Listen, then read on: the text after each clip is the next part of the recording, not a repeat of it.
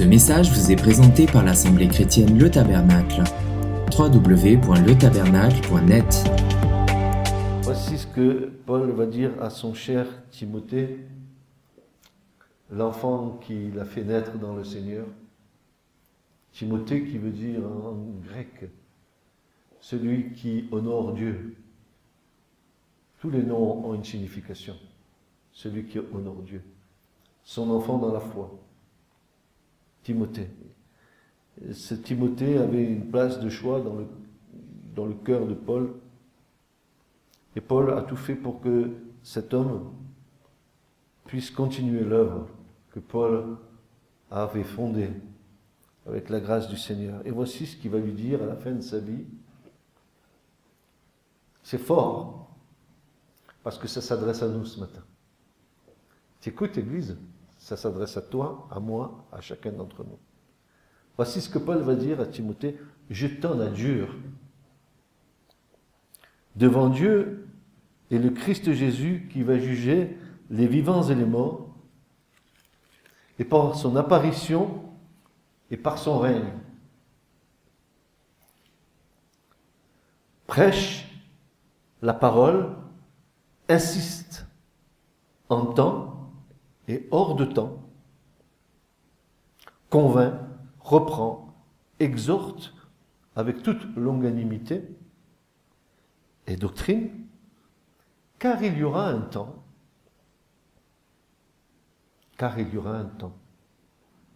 où ils ne supporteront pas le saint enseignement, mais quoi? Mais avec des oreilles qui leur démangent. Ils s'amasseront des docteurs selon leur propre convoitise, et ils détourneront leurs oreilles de la vérité, et se tourneront vers les fables. Mais toi, sois sobre en toutes choses, endure les souffrances, fais l'œuvre d'un évangéliste, accomplit pleinement ton service. À qui cette lettre s'adresse-t-elle? À Timothée? Pas seulement à Timothée. Elle s'adresse à Françoise, à Anne, à Jennifer, à Sylvie, à Émilie, à Eduardo, à Annie, à Martine Pozzi, à Stéphane Pozzi, à Regina, à Babette, à Samuel,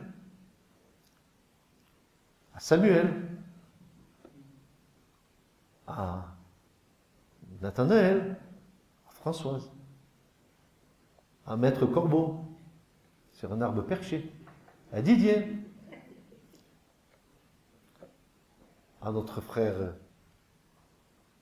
Théo, à Hugo, à Philippe, à Virginie, à Anne, à Babou, à Yvette, à Francis, à tous. Quel est ton prénom? À Martine, tiens, il y a deux Martines. Martine au carré. 3. Martine au cube, c'est vrai. À 3.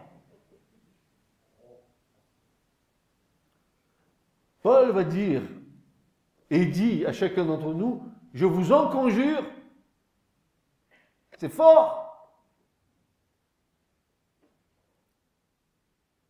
c'est fort,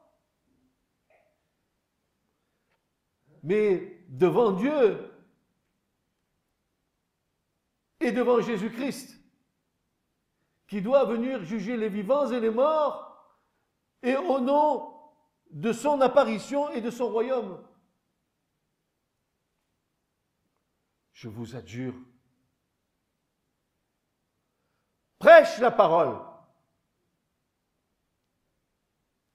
Rappelez ce que Jésus disait à un moment donné, quand il rentre dans Jérusalem et qu'ils veulent faire taire les disciples.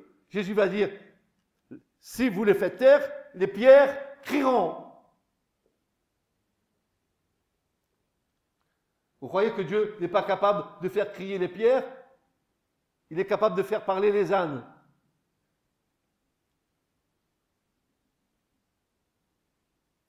Prêche la parole. Insiste en toute occasion. Ah, non, ce n'était pas le moment. Non, je ne le sentais pas. Non, pas cette personne. En toute occasion. Et Paul dit, favorable ou non. Nous voulons, nous, que ce que nous allons dire de la part du Seigneur soit accueilli par l'autre. Vraiment, où il n'y aurait aucun conflit. La parole de Dieu annoncée est un combat. Est-ce que tu sais que pour venir du royaume des ténèbres au royaume de la lumière, tu rentres dans un grand combat? Colossiens chapitre 1, béni soit Dieu, le Père de notre Seigneur Jésus-Christ, qui nous a arrachés des ténèbres et pour nous transporter dans le royaume du Fils de son amour. Arracher une âme aux ténèbres, arracher une âme au péché est un combat. Tu crois parce que tu dis 2-3 paroles que l'autre va se convertir?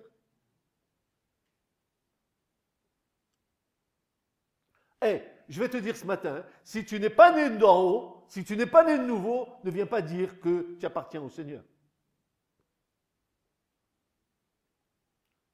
Naître d'en haut, c'est naître de l'Esprit de Dieu. C'est être rempli de l'Esprit de Dieu. Être né d'en haut, c'est de savoir et de constater dans ta vie que tu es enfant de Dieu et que tu es conduit par l'Esprit de Dieu. Tu n'es pas un chrétien parce que tu fréquentes une église. Tu es un enfant de Dieu parce que tu es né de l'Esprit de Dieu. C'est différent, tu comprends? Tu ne nais pas d'une religion, tu nais de Dieu. Jésus a dit, ce qui est né de la chair est chair, mais ce qui est né de l'esprit est esprit. Il va dire, il faut que vous naissiez d'en haut. Pas de la religion en bas, d'en haut. Que l'Esprit de Dieu vienne dans ta vie et règne dans ton cœur. Bon, c'est une parenthèse, continuons. Reprends, censure, reprends, censure, exhorte. Pas toujours bastonner. Si tu ne viens pas au Seigneur, tu es perdu, tu vas voir, tu vas aller en enfer, qui n'existe pas d'ailleurs, parce que le mot enfer n'est pas dans la Bible, mais les temps de feu et de soufre existent par contre. Avec toute douceur. Ce n'est pas toujours des mots assassins, hein. Il faut que sorte de notre bouche du miel. Vous savez, on vient avec sa panoplie de versets bibliques, on les prend, on commence à les asséner sur la tête de l'autre, en voulant lui faire inculquer tous les versets bibliques pour essayer de le convaincre que ce que je dis est la vérité. Nous allons voir que ce n'est pas comme ça que ça marche. Avec toute douceur et en instruisant, car viendra un temps où les hommes ne supporteront pas la sainte doctrine. Je voudrais vous le lire dans une autre version. Vous allez voir, on va mieux comprendre. C'est la version du semeur. Voilà ce que va dire la version du semeur. C'est pourquoi, devant Dieu et devant Jésus-Christ qui va juger les vivants et les morts, et dans la perspective de sa venue, de son règne, je te recommande solennellement. Proclame la parole, insiste, que l'occasion soit favorable ou non. Réprimande. Encourage par ton enseignement avec une patience inlassable. Ah, il ne veut pas, hein? C'est pas la peine. C'est foutu, c'est pas la peine, je ne continuerai pas. S'il n'a pas écouté parce que je lui ai dit une première fois, une patience inlassable.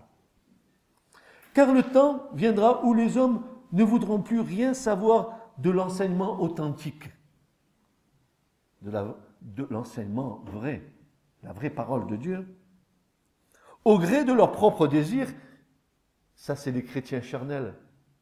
Ils se choisiront une foule de maîtres, de docteurs, à qui ils ne demanderont que de leur caresser agréablement les oreilles. S'il te plaît, fais-moi entendre ce que j'ai envie d'entendre. Et ce que je n'ai pas envie d'entendre, ne me le fais pas entendre. Dieu va te bénir, ça je veux entendre. Dieu va te multiplier, oh ça je veux entendre. Dieu va me donner 3 Mercedes, oh ça je veux entendre. Mais Dieu dit que tu dois mettre ta vie en règle et de confesser tes péchés. Ah ça je ne veux pas entendre. Non. Ça je ne veux pas. Que si tu ne suis pas les voies du Seigneur, tu risques de ne pas rentrer dans le royaume. Ah non, non, non. Ça, ce n'est pas du Seigneur. Hein. Dieu est amour. Dieu est amour. Alors, comme dit un célèbre apôtre du monde, Paul Narev, on va chanter avec lui, nous irons tous au paradis. Mais ça, ce n'est pas l'amour de Dieu. Vous croyez que si cet amour de Dieu ferait que tous les hommes rentrent au paradis et dans le royaume, alors, avec vous et moi, on va se poser la question, pourquoi Christ est allé à la croix? Si tout le monde va rentrer dans le royaume, pourquoi Christ est allé à la croix? Il a fait une œuvre qui l'a trompé, Christ. Dieu est amour. Alléluia. On est dans les limbes célestes. Mes frères et sœurs, nous ne nous trompons pas. Hein. Ce n'est pas ça, la vérité. La vérité, c'est que Christ est mort à la croix pour tous les pécheurs, dont je suis le premier, dit Paul, et moi le premier aussi. Ça veut dire que l'amour de Dieu s'est manifesté où? À la croix. Et ne crois pas que tu vas rentrer dans le royaume de Dieu parce que tu dis Jésus, parce que tu cites ton gris-gris du soir au matin. Jésus, Jésus, Jésus, Jésus. Mais si tu dis que Jésus, ton Jésus, est ton sauveur, il faut d'abord qu'il soit ton Seigneur dans ta vie, qu'il règne. C'est pour ça que Jésus dit, mais vous dites Seigneur, Seigneur, et vous faites bien. Mais pourquoi vous dites Seigneur et vous ne faites pas ce que je vous dis de faire? Alors, au gré de leurs propres désirs, ils se choisiront une foule de maîtres à qui ils ne demanderont que de leur caresser agréablement les oreilles. Ils détourneront l'oreille de la vérité pour écouter des récits de pure invention. Mais toi, garde en toutes circonstances le contrôle de toi-même. Le contrôle de toi-même, c'est quoi? C'est un fruit de l'esprit, n'est-ce pas? La maîtrise de soi. Le contrôle de toi-même, supporte les souffrances, remplis bien ton rôle de prédicateur de l'évangile, accomplis pleinement ton ministère.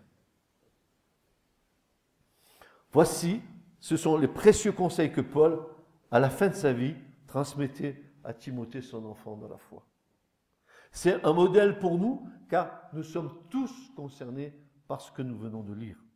Paul commence donc son exhortation au moyen d'un verbe très fort, comme s'il voulait insister sur ce qui allait suivre. Il va dire, je t'en adjure. Le verbe est fort.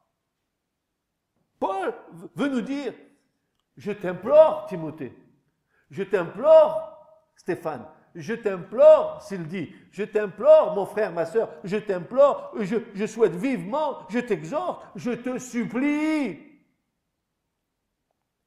Je te supplie qu'à travers ton témoignage, c'est-à-dire que tu dois affirmer ce que tu as vu et que tu as entendu et ce que tu as expérimenté du Seigneur.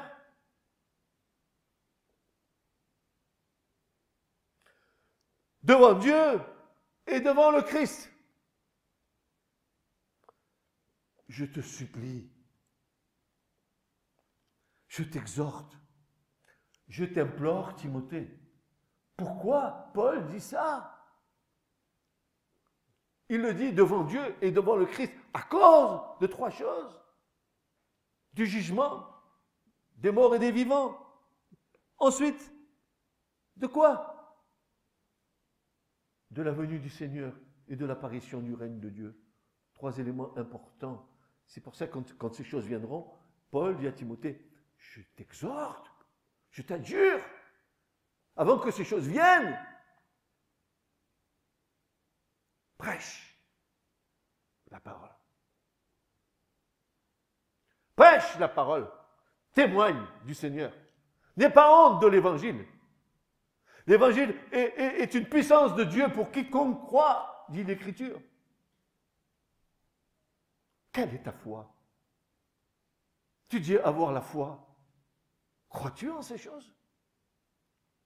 Es-tu prêt à témoigner de ta foi? Ou alors, tu te bornes à un rituel religieux qui te fait poser tes fesses tous les dimanches à un culte ou à une messe. Je ne sais pas qui tu es et ce que tu fais dans ta vie. Mais ce n'est pas ça, la vraie vie. Tu ne seras pas sauvé parce que tu es évangélique ou que tu es catholique ou que tu es protestant ou que tu es qui que ce soit. Tu es sauvé parce que Jésus t'a sauvé. La religion ne te sauve pas. Le Christ te sauve. Dis Amen, Église. Le nom même du Seigneur, c'est le salut. Et Yeshua, à Mashiach, et Yeshua, ça veut dire le sauveur.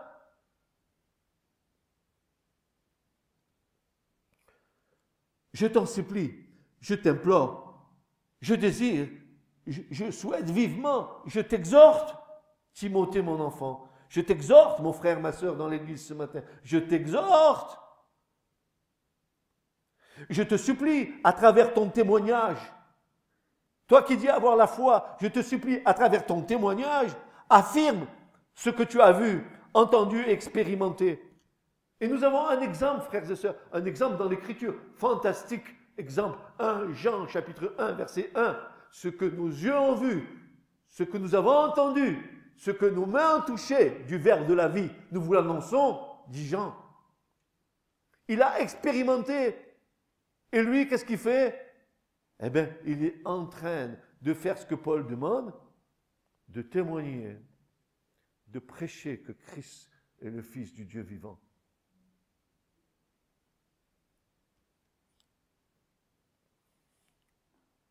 Il y a de la part de Paul un cri de son cœur en direction de Timothée. Pour cela, il prend à témoin le Père et le Fils, Dieu et Jésus-Christ. Et aussi, il prend à témoin le jugement dernier, l'apparition et le règne du Christ. Tous ces événements qui doivent arriver et qui sont les derniers événements pour les hommes doivent inciter Timothée à ne pas se relâcher dans l'annonce de la parole de Dieu.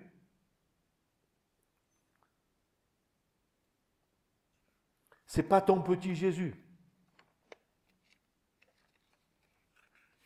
C'est le Jésus de l'humanité et pour l'humanité.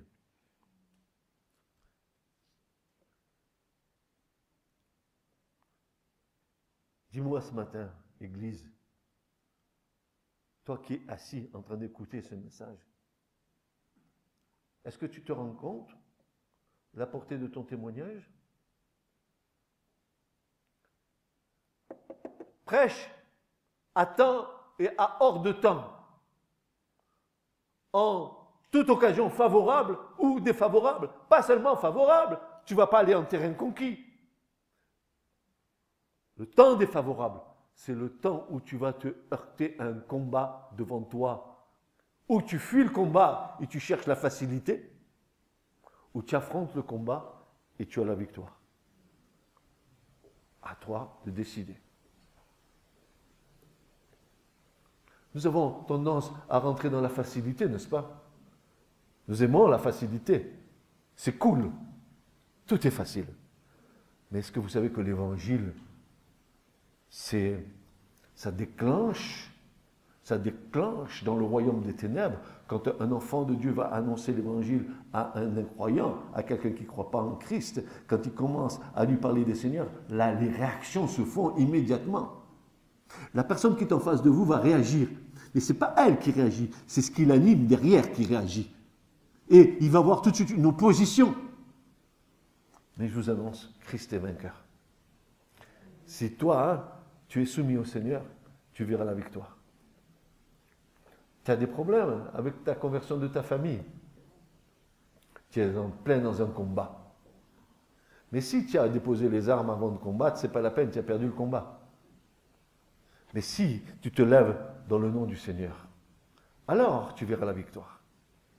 Alors, peut-être tu pleureras. Peut-être tu jeûneras. Peut-être même tu seras à un moment donné découragé. Mais Jésus va nous dire, prends courage, moi j'ai vaincu le monde. Et les personnes de nos maisons qui ne sont pas à Christ, ils sont dans le monde.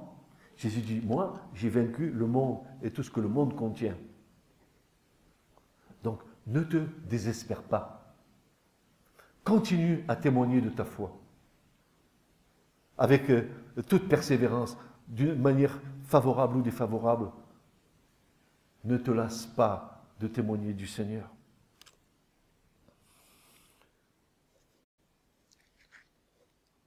Quel est donc le but de cette supplication vis-à-vis de Timothée? Et à quoi Paul l'invite-t-il? Remarquons immédiatement la forme des verbes qui sont employés dans ce texte. Ce sont tous des impératifs. Un impératif. Prêche, c'est un impératif. Je dirais même, quand Paul dit ça, c'est un commandement que Paul nous donne. Prêche. Ne te tais pas. Prêche en toutes circonstances. Un commandement. Prêche, convainc, reprends. Tout ça, ce sont des impératifs que Paul donne à Timothée. Et il donne ces mêmes conseils ce matin à l'Église réunie ici. Il donne ce même conseil à chacun d'entre nous.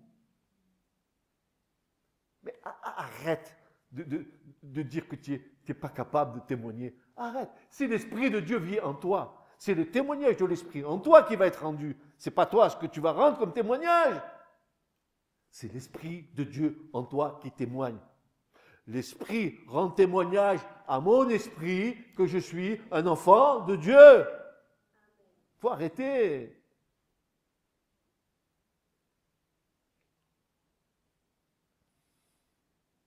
Ce sont tous des impératifs. Nous pouvons les considérer comme des commandements. C'est comme vital, et je dirais même, c'est comme une sorte de SOS pour ceux qui entendront. Paul va dire, écoutez ce que Paul va dire dans l'Épître aux Romains, il va dire ceci, mais comment croiront-ils et comment entendront-ils sans quelqu'un qui prêche? Romains 10, verset 14. Comment donc évoqueront-ils celui en qui ils n'ont pas cru? Et comment croiront-ils en celui dont ils n'ont pas entendu parler? Et comment entendront-ils parler s'il n'y a personne qui prêche? Pour ça que Paul dit, prêche en toute occasion, en temps et hors de temps. Ne te tais pas. Oh, il a le cœur dur, il ne va pas entendre. Mais ce n'est pas toi qui fais l'œuvre. C'est Dieu. C'est l'Esprit de Dieu qui vient convaincre de péché. Ce n'est pas toi. Toi, annonce la parole. Et laisse le Seigneur faire les choses dans le cœur de l'autre. Prêche la parole. Vous vous rappelez ce que Paul disait dans l'Épître aux Corinthiens, au chapitre 9 et verset 16, Paul va nous dire, si j'annonce l'Évangile, ce n'est pas pour moi un sujet de gloire, car la nécessité m'en est imposée, et malheur à moi, dit Paul, si je n'annonce pas l'Évangile.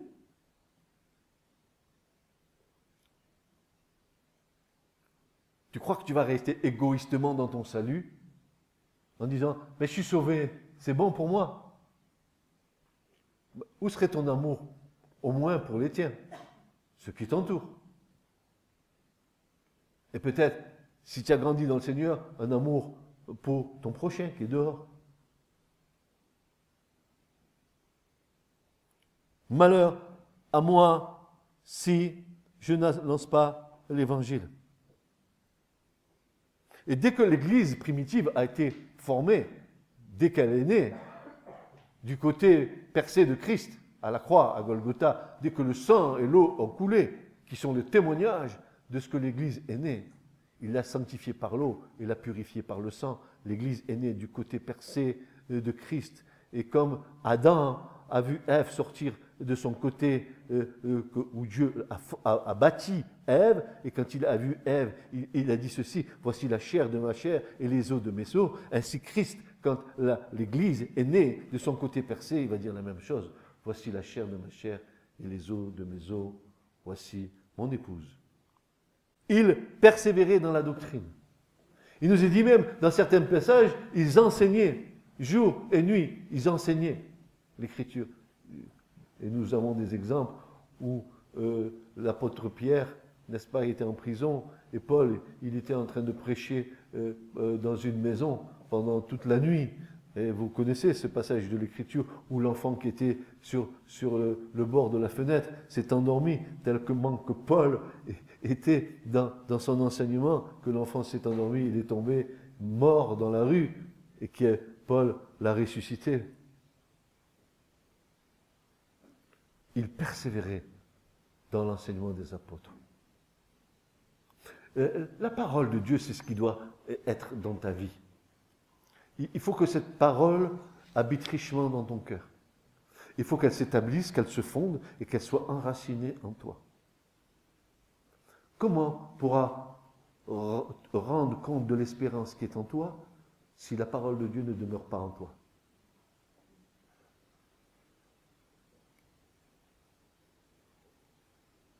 Comment pourras-tu convaincre avec l'aide de l'Esprit une personne en face de toi si la parole de Dieu n'habite pas en toi?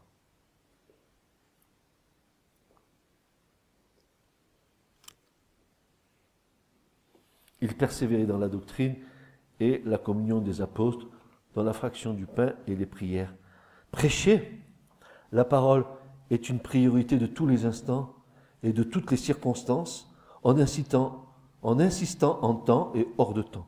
Prêcher la parole, c'est donner l'occasion à celles et ceux qui l'entendent de saisir l'opportunité que Dieu leur offre de se tourner vers lui.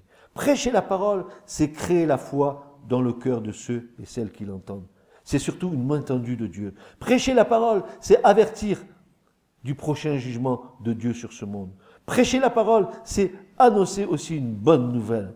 Nous devons avoir de l'audace et non de la crainte, car le message que nous transportons dans des vases de terre est le message du ciel, celui qui vient directement du royaume de Dieu.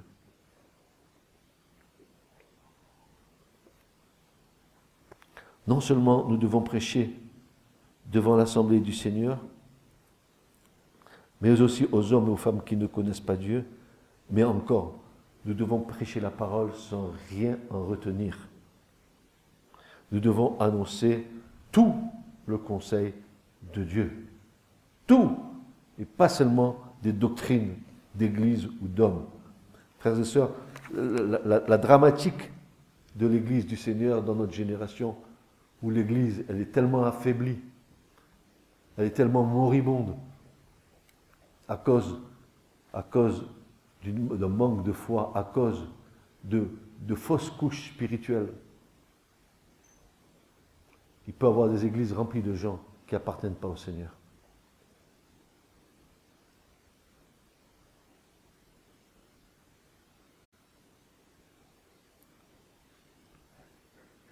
Ce qu'ont fait les églises, c'est ce qu'elles se sont apparées des paroles du Seigneur, en ont fait des doctrines. Et chaque église a sa doctrine, qui n'est pas forcément la doctrine de l'autre. C'est pour ça qu'il y a tant de divisions dans le corps. Mais frères et sœurs, Christ n'est pas divisé. Et son Église ne sera pas divisée. Parce que tous ceux qui appartiennent réellement au Seigneur, ils ont une caractéristique bien précise. C'est que tous ont été baptisés du même esprit pour former un seul et même corps. C'est pour ça qu'il y a des divergences. Beaucoup de chrétiens, beaucoup qui se disent chrétiens, ne sont pas nés de nouveau. Ils sont issus d'une religion de leurs parents.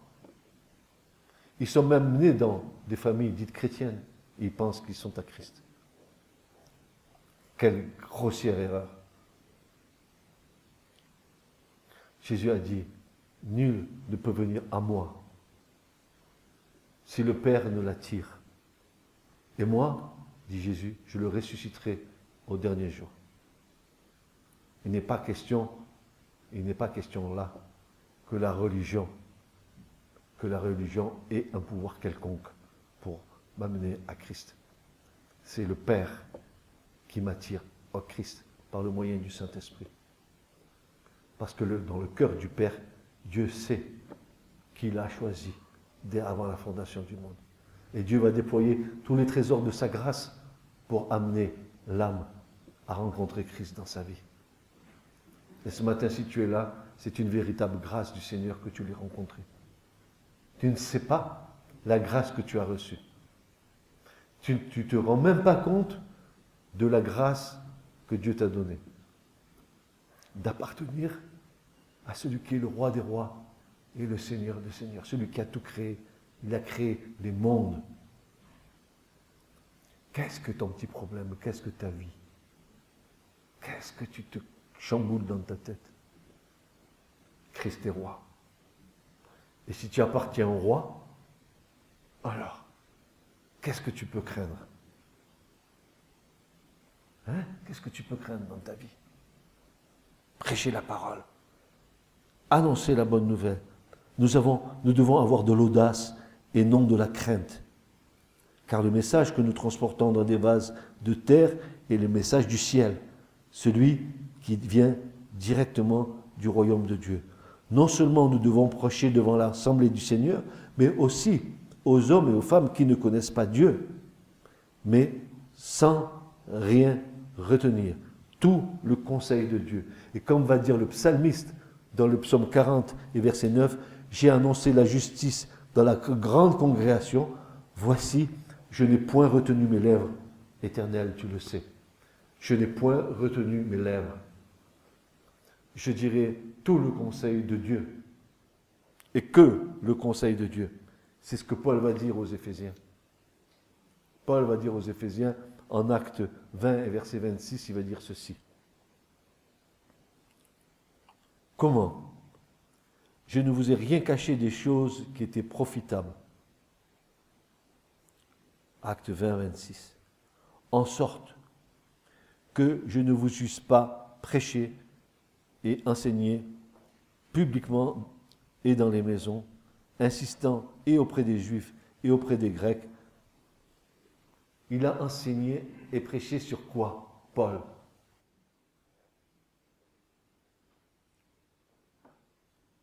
Sur quoi?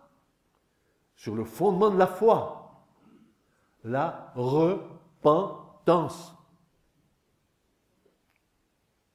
La repentance qui est la clé qui suit immédiatement la conversion. Conversion, repentance. Et ne dis pas, et je vous le répète, ne me dis pas que tu t'es converti.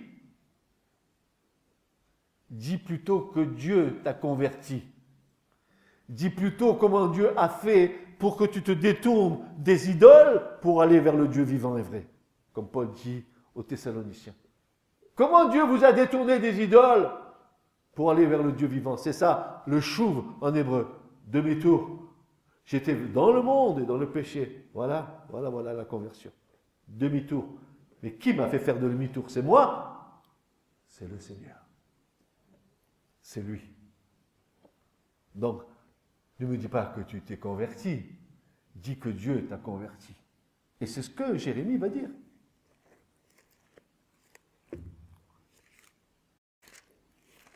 Dans Jérémie 31,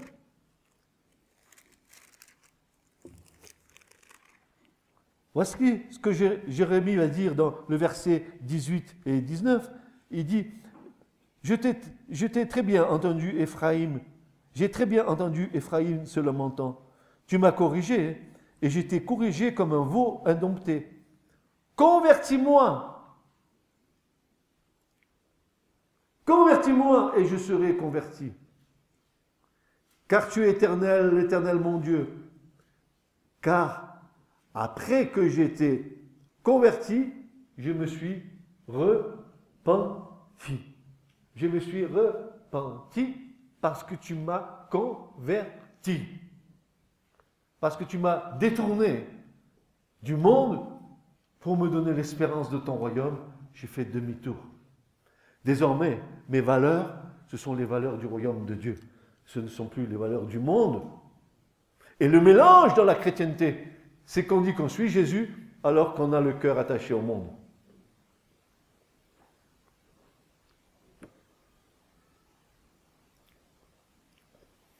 Retentit dans nos cœurs, retentit dans nos esprits, retentit dans l'Écriture, ce passage où Jésus dit, mais cherchez, premièrement, avant toute chose, le royaume de Dieu et sa justice, et tout vous sera donné par-dessus.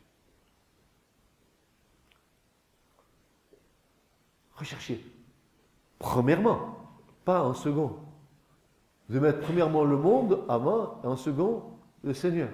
Non, non, la priorité, c'est le Christ. Oh, toute une vie consacrée à Christ, alors je suis un ermite, je suis une moinesse. Mais non, tu n'as rien compris. Si tu sais Jésus, c'est par amour. Il a versé dans ton cœur, par l'Esprit Saint, son amour. Ce n'est pas une contrainte de suivre Jésus. Qui aime Jésus ce matin ici? Qui aime Jésus? Donc, est-ce que c'est une contrainte pour vous de le suivre? Tu suis quelqu'un que tu aimes, n'est-ce pas? Hein, Sylvie? Tu suis Didier. Hein?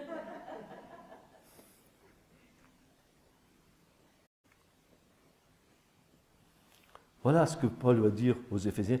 Comme je n'ai rien caché des choses qui étaient profitables, en sorte que je ne vous eusse pas prêché et enseigné publiquement et dans les maisons, insistant et auprès des Juifs et auprès des Grecs sur la repentance envers Dieu et la foi en notre Seigneur Jésus-Christ. C'est pourquoi, dit Paul, et c'est pourquoi moi aussi ce matin, devant vous, voyez, vous m'entendez? Cet instant, il va être gravé en haut dans les cieux. Et là, je suis sérieux. Je prends aujourd'hui à témoin que je suis net du sang de tous ici. Car je n'ai mis aucune réserve à vous annoncer tout le conseil de Dieu. Que ça ne vous plaise pas ou que ça vous plaise, je vous annoncerai tout le conseil de Dieu. Et seulement le conseil de Dieu. Seulement cette parole. Parole qui est quoi? Inspirée de Dieu. Et utile pour quoi faire? Pour reprendre, pour corriger, pour exhorter. Dit Paul, toute parole est inspirée. Ça veut dire toute parole a reçu le souffle divin. Toute écriture ici est remplie de l'Esprit de Dieu. Seulement, si tu le lis avec les yeux de la chair, tu vas le lire comme un bouquin que tu seras allé chercher à la bibliothèque de Montpellier. Mais si tu le lis avec les yeux de l'esprit, alors tu verras comment ça va parler à ton cœur.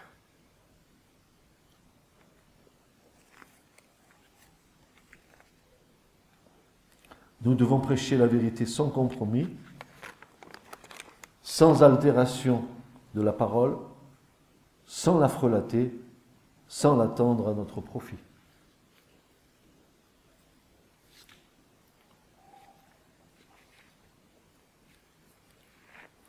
Comme je dis souvent, il n'est pas question de prendre un verset et de prendre un texte de l'Écriture, sortir un verset de l'Écriture pour en faire un prétexte.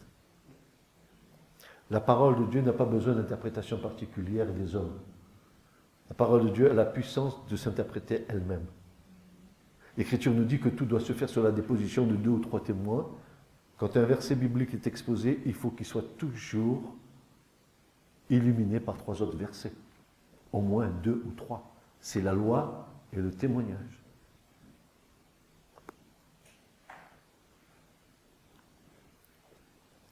Pierre dit, dans la 2e de Pierre, au chapitre 3, versets 15 à 16, il va dire « Comprenez bien que la patience de Dieu et le salut des hommes », il va parler de Paul, Paul, notre frère bien-aimé,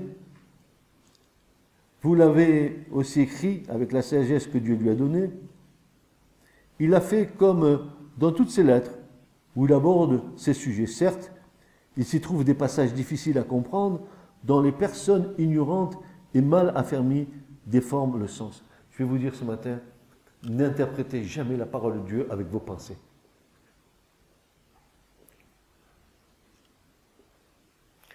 Quelque intelligence que tu aies, quelque intelligence naturelle, quelque instruction, quelques diplômes de psychologie ou pas de psychologie, quelques diplômes de bac 15 ou pas bac 15, la parole de Dieu n'a pas besoin d'interprétation humaine.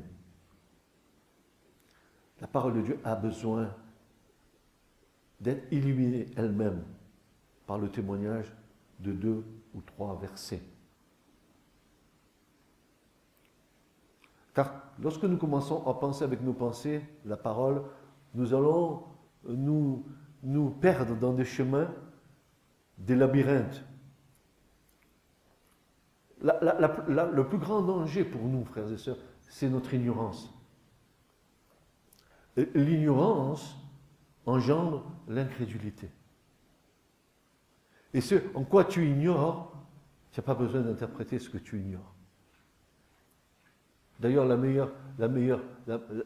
meilleur test, si nous prenons un verset biblique là maintenant et que je veux dire, alors, vous l'avez lu? Qu'est-ce que vous en pensez? Eh bien, je suis sûr que si je prends 5 d'entre vous, chacun va dire, eh bien moi je pense que, et l'autre va dire, eh bien moi je pense que aussi, et moi je pense que aussi, et le 5e dira, et moi je pense que aussi. Je pense que. Tu n'as pas à penser, excuse-moi, tu ne penses pas, tu laisses la parole de Dieu penser pour toi. Si la parole que tu prêches, elle est basée sur la parole de Dieu et uniquement sur la parole de Dieu, tu annonceras la vérité aux autres. Tu ne te fourreras pas dans tes pensées, dans tes interprétations. Car l'Écriture n'a pas besoin d'interprétation particulière, elle a besoin d'être interprétée par elle-même. Il y a suffisamment de l'Esprit de Dieu dedans pour qu'on n'ait pas, nous, à mettre notre esprit humain dedans. Hein? Il dit qu'il y a des personnes ignorantes et mal affermies, déformant le sens. Voilà. Voyez-vous, ce qu'il faut savoir, c'est que chaque lettre de l'Écriture, chaque mot de l'Écriture a un sens particulier, parce que écrit dans des langues différentes, c'est-à-dire ou l'hébreu ou le grec, ou l'hébreu et le grec. Et nos traductions et nos traducteurs n'ont pas toujours reflété fidèlement la pensée du Seigneur.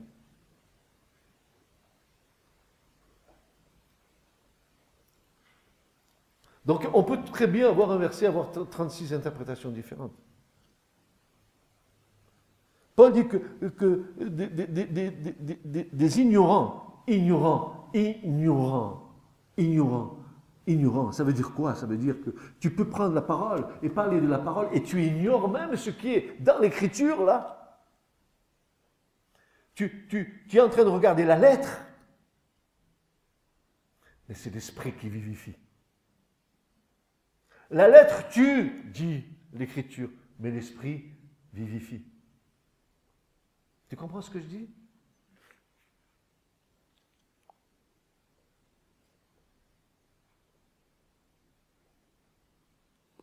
Et Paul va continuer à dire à Timothée, dans le chapitre 6 et le verset 3 à 6, à la première de Timothée, il va dire, si quelqu'un enseigne autrement et ne se range pas à de saines paroles, savoir à celles de notre Seigneur Jésus-Christ.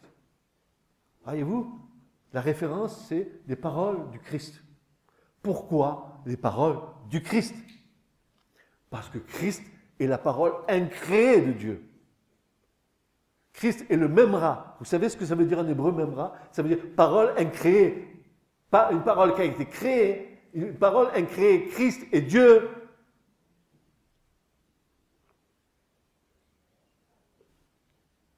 Il est dans le Père et le Père est en lui, comme l'Esprit est en lui.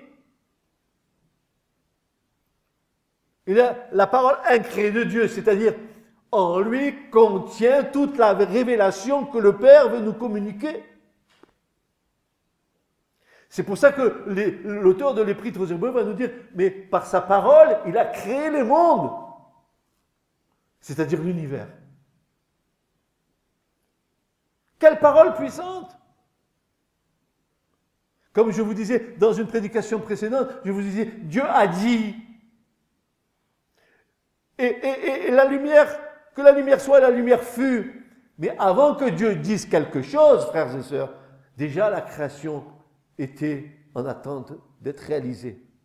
Tout se tenait devant Dieu. Il fallait que Dieu parle pour que la création se fasse sur la terre. C'est pour ça que les gens se réjouissaient. Ils attendaient que Dieu dise. Et quand Dieu dit, alors la parole a jailli. Le Christ est venu. Il a créé avec l'aide de l'Esprit Saint. C'est tellement beau. Parce que la première chose que Dieu dit, que la lumière soit, et la lumière fut, et qui a jailli du sein du Père, la lumière. Je suis la lumière du monde. C'est pour ça que Paul va dire, tout a été créé par lui et pour lui. Il est l'alpha, il est l'oméga, il est l'aleph, il est le tab, il est le commencement et la fin de toutes choses. Il est le premier-né d'entre les morts, le premier-né d'entre les vivants, afin qu'il soit en toutes choses le premier. Il est le resplendissement de la gloire du Père, il est l'empreinte de sa substance, il est substantiel au Père. Celui qui m'a vu a vu le Père.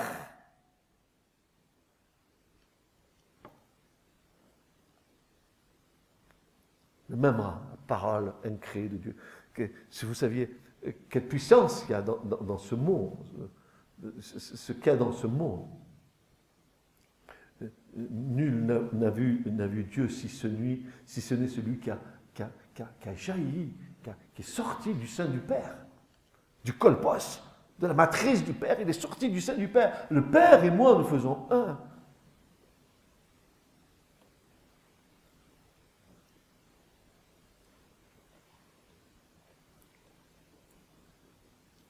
Nous ne pouvons pas frelater la parole.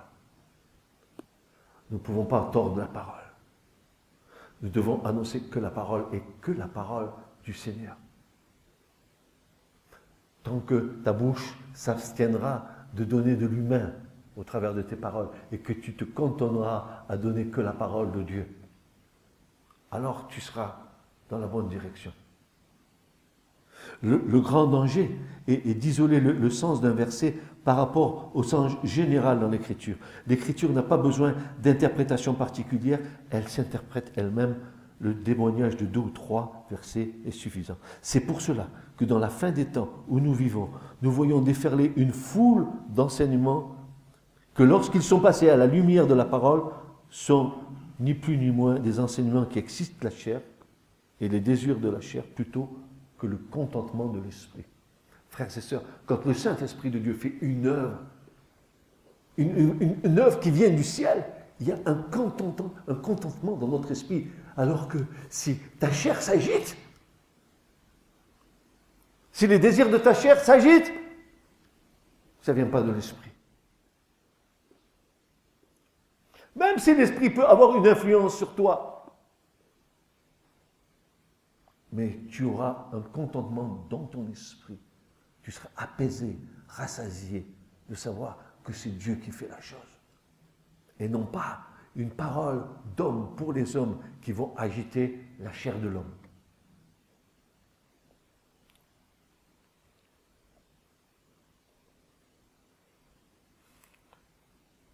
Prenez garde, nous dira le Christ, beaucoup viendront en mon nom. Ne soyez pas séduits. Car plusieurs viendront en mon nom disant, c'est moi et le temps approche. Ne les suivez pas. Paul dira à Timothée, convainc-les. Ça veut dire réfute. Et le mot en grec, il a une signification précise. Quand Paul dit convainc-les, ça veut dire réfute. Généralement avec une suggestion de honte pour la personne qui est accusée ou qui s'oppose. Condamne-les. Ah, c'est dur, frère. Mais si tu réfutes en disant, mais si tu ne te convertis pas aussi, le Seigneur ne te touche pas dans ta vie, tu seras perdu. J'ai le temps. Il faut que je vise ma vie. Je suis jeune. Il faut que je profite. Malheureux que tu es. Ne sais-tu pas que si tu donnes ta vie au Seigneur maintenant, tu auras la meilleure vie de ta vie?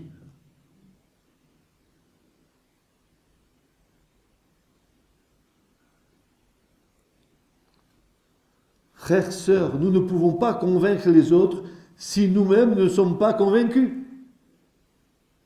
Et il est nécessaire que cette parole abonde richement dans nos cœurs pour que le Saint-Esprit puisse nous aider à convaincre.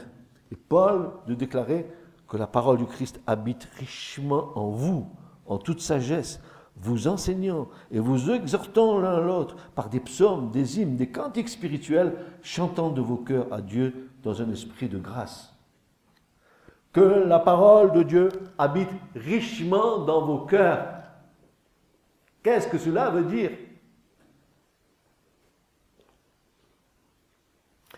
David disait, la somme de tes paroles est la vérité, ô Éternel.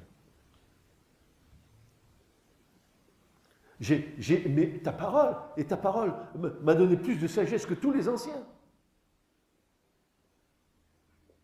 Jésus disait au Père, dans la prière sacerdotale, « Père, sanctifie-les par ta parole. Ta parole est la vérité. »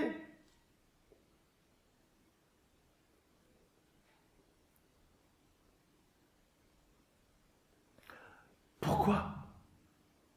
Pourquoi? Parce que la parole, c'est Christ.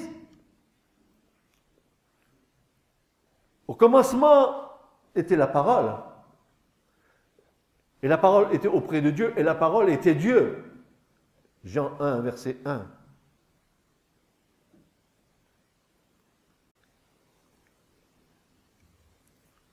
Que la parole du Christ habite en vous richement, en toute sagesse, vous enseignant et vous exhortant les uns et les autres. Habite richement. Il n'est pas question que ce soit des filets de paroles dans nos cœurs. Il est question que la parole est la place la plus importante dans nos vies. Je vais même dire, frères et sœurs, j'ose vous dire ce matin, parlez la parole dans votre quotidien. Parce qu'en parlant la parole dans votre quotidien, vous bénirez ceux qui vous écouteront et qui vous entendront. Et puis, arrêtez, nous qui sommes enfants de Dieu, de continuer à parler avec des expressions du monde.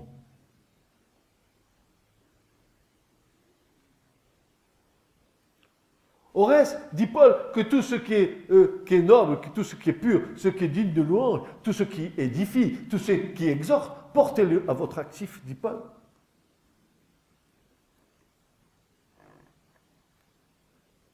Reprends-les.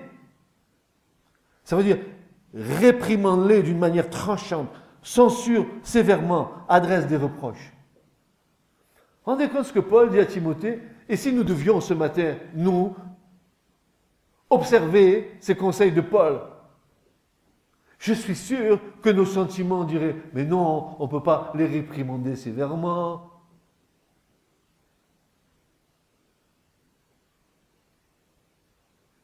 Mais la réprimande du Seigneur, c'est notre salut.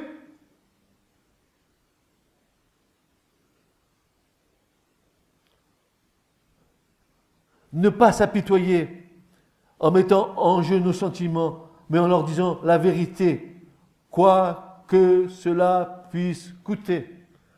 Dire la vérité, quoi que cela puisse coûter. Tu es rejeté, tant pis. Tu es accepté, tant mieux. Dans tous les cas, le Seigneur fait son œuvre. Tu auras dit la vérité. Il faut qu'ils entendent la vérité, parce que quand ils passeront devant Dieu, vous croyez que Dieu n'est pas capable de repasser le film de nos vies à chaque être humain depuis la création? Si c'est le Dieu qui a créé l'univers, il n'est pas capable de revisionner ta vie et te donner les instants où tu as refusé d'entendre la vérité.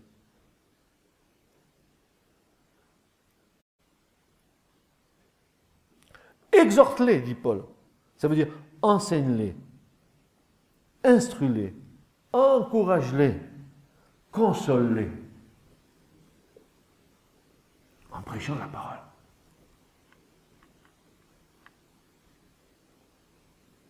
Toutes ces choses que je te commande, dit Paul, fais-le avec patience, endurance, constance et persévérance.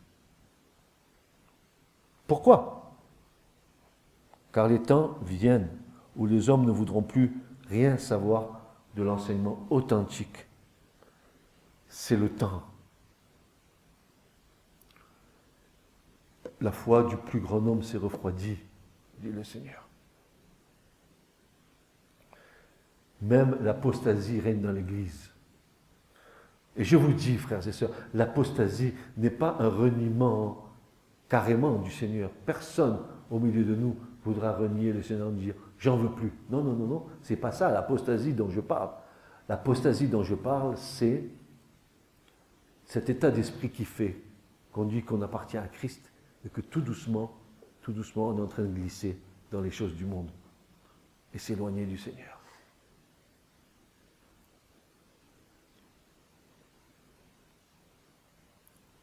Car le temps viendra où les hommes ne voudront plus rien savoir. Ils ne voudront plus rien savoir.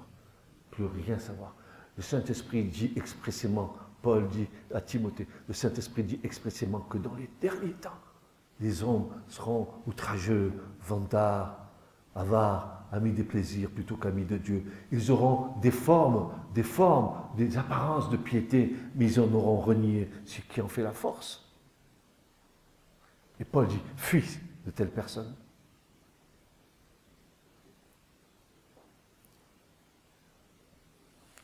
Ne voudront plus rien savoir de l'enseignement authentique, au gré de leurs propres désirs.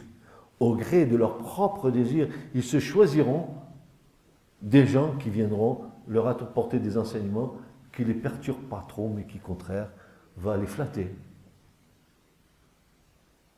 À qui ils ne demanderont que leur caresser agréablement les oreilles. Oh, fais-moi entendre ce que je désire entendre. S'il te plaît.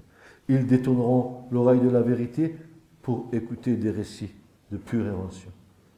Mais toi, garde-toi en toutes circonstances et garde le contrôle de toi-même. Ainsi, ayant marché dans la vérité, ne faisant aucun compromis pour attirer le regard de ceux qui sont dans la chair et qui préfèrent que l'on ne prêche que des sujets de l'Écriture qui ne les dérangent pas trop, nous aurons la conscience tranquille devant Dieu d'avoir porté sa parole avec dignité, avec amour et avec probité, ne pactisant nullement pour plaire aux hommes, mais comme désirant plaire à Dieu. Et Acte 5, 29 nous dira, il vaut mieux obéir à Dieu qu'aux hommes. Ce message vous a été présenté par l'Assemblée chrétienne Le Tabernacle, www.letabernacle.net.